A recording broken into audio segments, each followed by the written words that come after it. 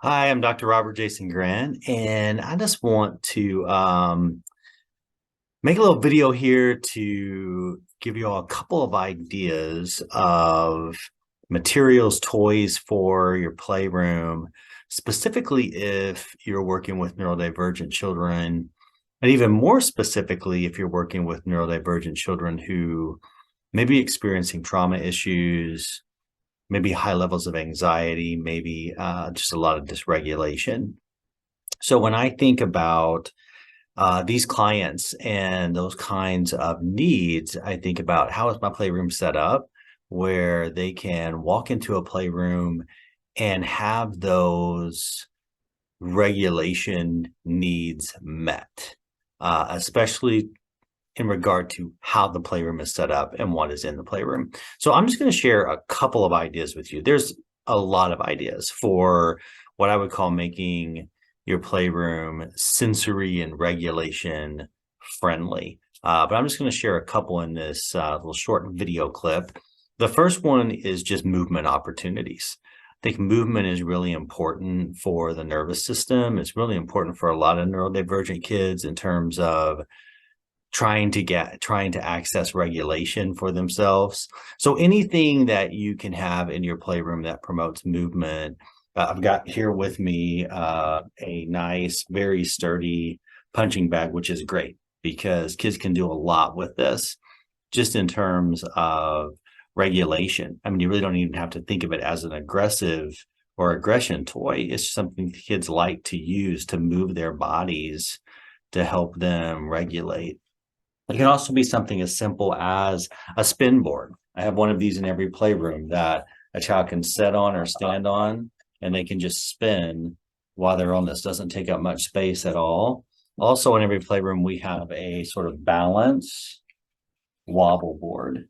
So kids can stand on it and try to balance or just stand on it for fun. And even it kind of spins so they can spin on it.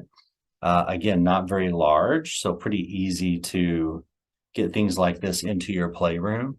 It can make quite a difference. If you have these available, then kids can gravitate toward them if they know, hey, I'm seeking that and that will help me. Space in general, if you have any, just some open space for movement is always nice.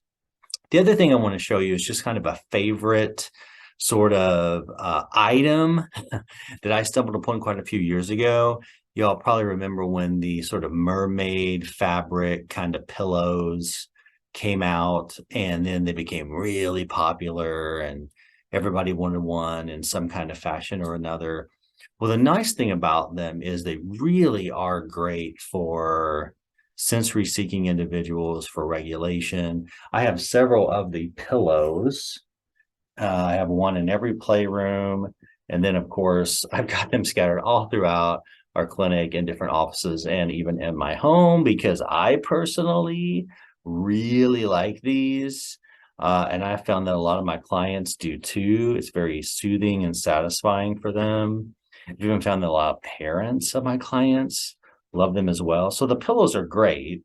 And I think you can still find pillows. They're not maybe as mainstream popular as they used to be, but still great to have. But what we did, the idea that we came up with a few years ago, is to actually go buy the fabric that call it, like I think most people call it mermaid fabric. And then we just bought a lot of the fabric. And what we did, this might be kind of hard to see, is we just got a piece of wood, thin piece of wood, and we just stapled it onto the wood and made a big piece of this that we actually hang on the wall in our playroom. So it's real easy to buy the fabric. Just get yourself a thin piece of wood or cork board or foam board, staple it on there. This is your little DIY project. And then you just hang this up on the wall in your playroom. And it's awesome because kids can just stand there and they've got this big canvas that they can work on. And this has been one of the most popular things I've ever put into a playroom.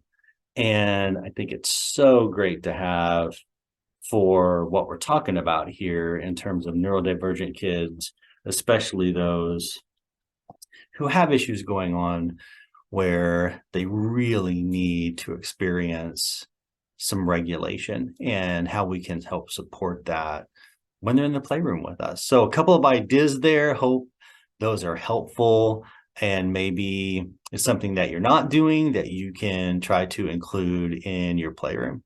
Thanks.